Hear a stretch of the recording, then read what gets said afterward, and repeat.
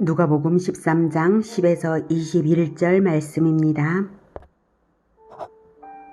예수께서 안식일에 한 회당에서 가르치실 때에 18해 동안이나 귀신 들려 앓으며 꼬부라져 조금도 펴지 못하는 한 여자가 있더라. 예수께서 보시고 불러 이르시되 여자여, 내가 네 병에서 놓였다. 하시고 안수하시니 여자가 곧 펴고 하나님께 영광을 돌리는지라. 회당장이 예수께서 안식일에 병 고치시는 것을 분내어 무리에게 이르되 일할 날이 엿새가 있으니 그동안에 와서 고침을 받을 것이요 안식일에는 하지 말 것이니라. 하거늘 주께서 대답하여 이르시되 외식하는 자들아, 너희가 각각 안식일에 자기의 소나 나귀를 외양간에서 풀어내어 이끌고 가서 물을 먹이지 아니하느냐. 그러면 18해 동안 사탄에게 매임받은 이 아브라함의 딸을 안식일에 이 매임에서 푸는 것이 합당하지 아니하냐. 예수께서 이 말씀을 하시매 모든 반대하는 자들은 부끄러워하고 온 무리는 그가 하시는 모든 영광스러운 일을 기뻐하니라. 그러므로 예수께서 이르시되 하나님의 나라가 무엇과 같을까? 내가 무엇으로 비교할까? 마치 사람이 자기 채소밭에 갖다 심은 겨자씨 한 알 같으니 자란 나무가 되어 공중의 새들이 그 가지에 깃들였느니라. 또 이르시되 내가 하나님의 나라를 무엇으로 비교할까? 마치 여자가 가루 서말 속에 갖다 넣어 전부 부풀게 한 누룩과 같으니라 하셨더라. 사랑하는 형제 여러분, 4월 22일 목요일 저녁 묵상에 오신 것을 환영합니다. 12장부터 신속한 회개를 촉구하시는 말씀이 계속되고 있는데요. 11장에서 저주를 받을 정도로 영적인 맹인이 되어버린 바리새인들은 여전히 자기들이 회개해야 하는 이유를 모르고 있습니다. 그들은 자기들의 종교 생활 방식이 하나님이 말씀하신 바로 그것이라고 굳게 믿고 있기 때문인데요. 하지만 사실은 전혀 그게 아니거든요. 오늘 본문에서는 유대 종교인들의 잘못된 통념을 깨뜨려 주시고 천국은 진정한 변화를 통해서 이루어지는 것임을 비유로 가르치십니다. 10절에 예수께서 안식일에 한 회당에서 가르치실 때에 18해 동안이나 귀신 들려 앓으며 꼬부라져 조금도 펴지 못하는 한 여자가 있더라. 예수께서 보시고 불러 이르시되 여자여, 네가 내 병에서 놓였다 하시고 안수하시니 여자가 곧 펴고 하나님께 영광을 돌리는지라. 안식일에 회당에 나온 이 여자의 처참한 처지를 생각해 보십시오. 18해 동안 이 여인은 안식이 있었을까요? 휴식은 있었을지 모르지만 결코 안식은 없는 18해를 살았습니다. 아니, 꼬부라져 있었기 때문에 휴식도 휴식이 아니었을 거예요. 꼬부라져 조금도 펴지 못하는 처지의 고달픔과 수치심, 그리고 너무 오랜 절망 때문에 어쩌면 자포자기할 수도 있었을 상황인데도 이 여자는 안식일에 회당에 나왔습니다. 그녀의 믿음이 엿보이는 부분이죠. 예수님께서 먼저 부르시고 일방적으로 선언하십니다. 여자여, 내가 내 병에서 놓였다. 그리고 안수하십니다. 지금까지 일반적으로는 말씀으로 귀신을 꾸짖어 쫓아내셨는데요. 이 여자에게는 안수를 하시는군요. 이유는 알 수 없지만 예수님은 모든 사람을 아시기 때문에 각 사람에 알맞게 대해 주심으로써 치유하시는 분이십니다. 그렇게 안수하셨더니 곧 펴고 하나님께 영광을 돌렸습니다. 곧 펴졌다는 이 사실이야말로 아무도 할 수 없는 일을 하시는 이분이 그리스도 되심을 증명하는 사건입니다. 여기서도 이 여자의 믿음이 엿보입니다. 예수님을 통해 자기에게 이루어진 일이 하나님의 역사임을 알고 영광을 올리는 것입니다. 예수님이 그리스도 되심도 알았을 것은 분명합니다. 누군들 이 놀라운 일을 보면서 하나님께 영광을 올리지 않을 수가 있겠습니까? 누구든지 기뻐하면서 상관없는 사람이라 할지라도 놀라워하고 기뻐하면서 드디어 평안하게 되었구나, 축하한다고 그러면서 이런 일을 하신 이분이 누구시냐며 누구든지 예수님을 그리스도로 믿을 수밖에 없는 그런 사건 아닌가요? 그런데 회당장이 예수께서 안식일에 병 고치시는 것을 분내어 무리에게 이르되 일할 날이 엿새가 있으니 그동안에 와서 고침을 받을 것이요 안식일에는 하지 말 것이니라. 어떻게 이 상황을 보고서 분내어 말할 수가 있을까요? 그 18해 동안 꼬부라져 있던 그 여자에게도 화를 내는 거죠, 지금. 모든 사람에게, 무리에게 화를 내는 거예요. 정말이지 불가사의합니다. 안식일에 의료 행위를 하는 것은 노동을 하는 것이고 안식일 계명은 노동 금지 계명이라고 알고 있는 것입니다. 그게 맞습니까? 안식일 계명은 노동 금지가 목적이 아니라 안식이 목적입니다. 안식일은 영원한 안식을 주시는 하나님을 기념하는 것이 목적입니다. 안식으로서 기념하는 것이니까 결국 안식이 목적이죠. 하나님은 안식하게 하실 목적으로 안식일 계명을 언약 백성에게 주셨습니다. 인간에게 죄가 들어온 후에 진정한 안식을 잃었기 때문에 하나님은 언약 안에서 죄사함을 받는 백성들에게 영원한 안식을 주신다는 것을 안식일 계명으로 보증하신 것입니다. 노동금지는 안식을 기념하되 제대로 좀 하라는 뜻으로 1500년 전 계명을 주시던 당시에 출애굽 이스라엘이 노예 생활에서 400년이나 찌들어 있었던 상태라서 구체적인 규례를 주시지 않으면 결코 쉴 줄을 모르는 노예들인 거예요. 그래서 구체적인 규례를 주시느라 그런 것이지 노동 금지 자체가 목적인 것은 아닙니다. 그런데 안식일 계명을 문자적 기계적으로 적용하는 편협한 관점을 이 유대 종교인들이 가진 것은 하나님의 마음을 알지 못하는 것이고 오히려 안식일 계명으로서 안식을 없애는 꼴이 되고 만 것이죠.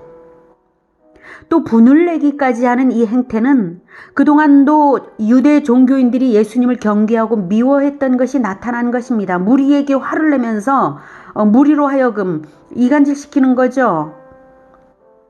기적을 보면서도 이럴 수 있다니 정말로 병든 마음입니다. 이 말은 회당장 한 사람의 마음이 아니라 유대 종교인들의 마음이 얼마나 병들어 있었는지 나타난 말을 회당장이 한 것입니다. 회개가 불가능한 상태입니다. 죽어도 어느 정도 죽었어야 살아날 가망이 있는 것이죠. 인간으로서의 자연스러운 인정조차 사라져버린 죽은 영혼들입니다. 그래서 예수님은 회당장 한 사람을 향해서가 아니라 유대 종교인들을 향해서 말씀하십니다. 외식하는 자들아, 너희가 각각, 외식하는 자들아, 여러 명에게 말씀하시죠. 너희가 각각 안식일에 자기의 소나 나귀를 외양간에서 풀어내어 이끌고 가서 물을 먹이지 아니하느냐? 짐승과 사람을 대조시켜 깨닫게 하시는 것이죠. 그러면 18해 동안 사탄에게 매인바 된 이 아브라함의 딸을 안식일에 이 매임에서 푸는 것이 합당하지 아니하냐? 소나 나귀도 풀어서 안식시키는데 아브라함의 딸이 매임에서 풀려 안식하지 못할 이유가 무엇이란 말이냐 이거죠. 아브라함의 딸은 아브라함이 언약의 대표자이고 하나님이 아브라함에게 주신 언약은 그의 믿음을 이어받은 후손들을 모두 다 포함하는 언약이기 때문에 그렇게 표현하신 것입니다. 예수님은 이 여자의 믿음을 다 알고 계신 것이고요. 유대 종교인들은 자기들이 아브라함의 아들이기 때문에 대단한 존재라고 생각합니다. 그렇다면 안식일에 마땅히 안식을 얻어야 할 것이고 진정한 안식을 얻은 이 일을 기뻐해야 마땅한 것이고 안식을 제공하는 자들이 되어야 하는 것 아닙니까? 17절 예수께서 이 말씀을 하시며 모든 반대하는 자들은 부끄러워하고 온 무리는 그가 하시는 모든 영광스러운 일을 기뻐하니라. 모든 반대하는 자들이 부끄러워했다는 것은 잘못을 깨달아서 회개심이 일어났다는 뜻이 아닙니다. 무리 앞에서 당황하며 분을 낸 것입니다. 그들이 회개했다면 이후에 예수님께서 회당 사역을 계속 하셨을 텐데요. 오늘 본문을 마지막으로 이후에는 회당 사역이 전혀 없거든요. 유대 종교인들의 박해가 강해지고 반대하는 자들은 모든 반대자들, 즉 유대 종교인들이 예수를 반대하는 일에 뭉쳐졌다는 것을 또한 짐작할 수 있는 대목입니다. 18절 그러므로 예수께서 이르시되 하나님 나라가 무엇과 같을까? 내가 무엇으로 비교할까? 도무지 회개하지 못하는 냉랭한 그들, 가르쳐 주어도 하나님의 마음을 알지 못하는 그들이니 한탄스러우셔서 도대체 무엇으로 비교하면 알아듣겠냐는 뜻으로 말씀하시는 것입니다. 하나님 나라를 너무나 가르쳐 주시고 싶으셔서, 그런데 도대체 무엇으로 비교하면 알아듣겠냐? 하나님의 나라는 하나님이 통치하시는 나라이고 하나님의 마음을 알아듣고 변화를 받아야 하는 것입니다. 그 변화의 시초는 하나님의 언약의 말씀을 받는 것에서 시작되고, 한 사람의 내면에서 변화가 일어나서 거대한 나라까지 확장되는 것입니다. 그 비전과 현실의 격차가 너무 크니 한탄조로 말씀하시면서 비교해 주십니다. 마치 사람이 자기 채소밭에 갖다 심은 겨자씨의 한 알 같으니 자라 나무가 되어 공중의 새들이 그 가지에 깃들였느니라. 겨자씨가 아무리 작아도 자라나면 엄청나게 큰 나무가 되어 그 나무의 혜택을 공중의 새들까지도 안식을 누릴 만큼 확장성이 큽니다.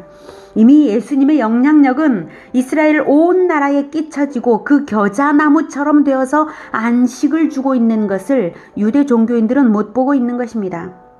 채소들이 겨자나무의 수준을 어떻게 알 수가 있겠습니까? 채소들이 공중의 새들에게 깃들일 안식을 제공할 수나 있겠습니까? 20절 21절 또 이르시되 내가 하나님의 나라를 무엇으로 비교할까? 마치 여자가 가루 서말 속에 갖다 넣어 전부 부풀게 한 누룩과 같으니라 하셨더라. 겨자나무가 천국의 외적 확장을 말한다면 누룩이 부풀린 가루 반죽은 내적 변화를 의미하고 이 또한 확장성이 대단합니다. 여기서 누룩은 사람을 변화시키는 그리스도를 의미하죠. 그리스도의 말씀을 받아들여 근본적으로 내면이 변화되어 존재가 달라진 거듭난 인간을 말씀하시는 것입니다. 그런 사람들은 애초에 서말의 가루와는 전혀 다른 사람들이 되는 것입니다. 이런 것이 진정한 회개입니다. 회개하는 것은 그리스도를 받아들여 자기 내면에 작동되게 해서 변화를 받는 것이고, 그럴 때 비로소 그런 사람들의 공동체를 천국, 하나님 나라라고 하는 것입니다. 하나님의 다스림을 받는 나라, 공동체입니다. 진정한 안식을 함께 누리게 하는 공동체입니다. 안식을 누리게 하는. 오늘 누가복음 13장에서 특이하게 인상적인 점 한 가지가 있는데요. 그것은 18이라는 숫자와 3이라는 숫자와 6이라는 숫자, 그리고 하나라는 숫자입니다. 4절에 실로암에서 망대가 무너져 치어 죽은 18사람. 7절에 포도원지게에게 이르되 내가 3년을 와서 이 무화과 나무에서 열매를 구하되 얻지 못하니 3년. 11절에 18해 동안이나 귀신 들려 앓으며 꼬부라져. 14절에 일할 날이 엿새가 있으니 6. 21절에 가루 서말 속에 갖다 넣어 3. 3 곱하기 6은 18이죠. 이것이 우연일까요? 저는 이것의 의미를 이렇게 생각해 봅니다. 3년은 검증을 위한 충분한 기간이라고 어제 말씀드렸죠. 엿새 동안은 일을 하는 수고의 기간인 것을 누구나 알죠. 그런데 유대 종교인들의 마음은 엿새가 아니라 모든 기간 동안 안식이 전혀 없는 지옥을 만들어 놨으니 18해 동안 귀신 들려 안식이 없는 꼴과 같은 것입니다. 거기에 한 알의 겨자씨 같은 유일하신 구원주 그리스도를 영접하여 일하시게 할 때에 비로소 인간은 죄의 얽매임에서 끝이 나고 숫자로 표현할 수 없는 영원한 안식의 나라가 시작된다는 것입니다. 저는 그렇게 해석해 보았습니다. 어떻습니까? 예수님을 마음에 모셔드리되 누룩처럼 활성화되게 하시겠습니까? 겨자씨처럼 자라나게 하시겠습니까? 나를 내어드려서 변화를 받으시겠습니까? 그렇게 되시기를 축복합니다. 과거의 편견은 내어 던지고 하나님의 은혜로운 사랑의 마음을 받으시기를 축복합니다. 회개는 변화입니다. 천국은 안식입니다. 하나님의 백성은 안식을 누리고 안식을 누리게 하는 공동체입니다. 그 축복이 우리 모두에게 이루어지기를 축복합니다. 기도하겠습니다. 하나님, 우리에게 영원한 안식을 주시기 위하여 겨자씨 한 알과 같은 예수님을 보내주셔서 감사합니다. 누룩처럼 우리를 변화시켜 주시기 위하여 우리 안에 들어와 주신 예수님 감사합니다. 우리가 진정 변화될 수 있도록 우리를 내어드리고자 하오니 주님 말씀을 읽을 때마다 깨닫게 하여 주시고 우리 안에서 일하여 주시옵소서.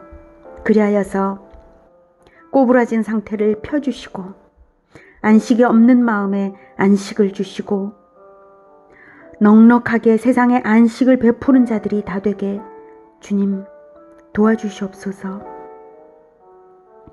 우리가 과거의 편견을 버리고 오직 그리스도의 말씀을 편견 없이 받아들여서 은혜가 충만하신 사랑의 하나님을 알고자 합니다. 깨닫게 하시고 영원한 안식 가운데 늘 누리며 사는 우리 모두가 되게 주님 도와주시옵소서. 예수 그리스도 이름으로 기도드립니다. 아멘. 이어지는 시간은 개인 기도 시간입니다.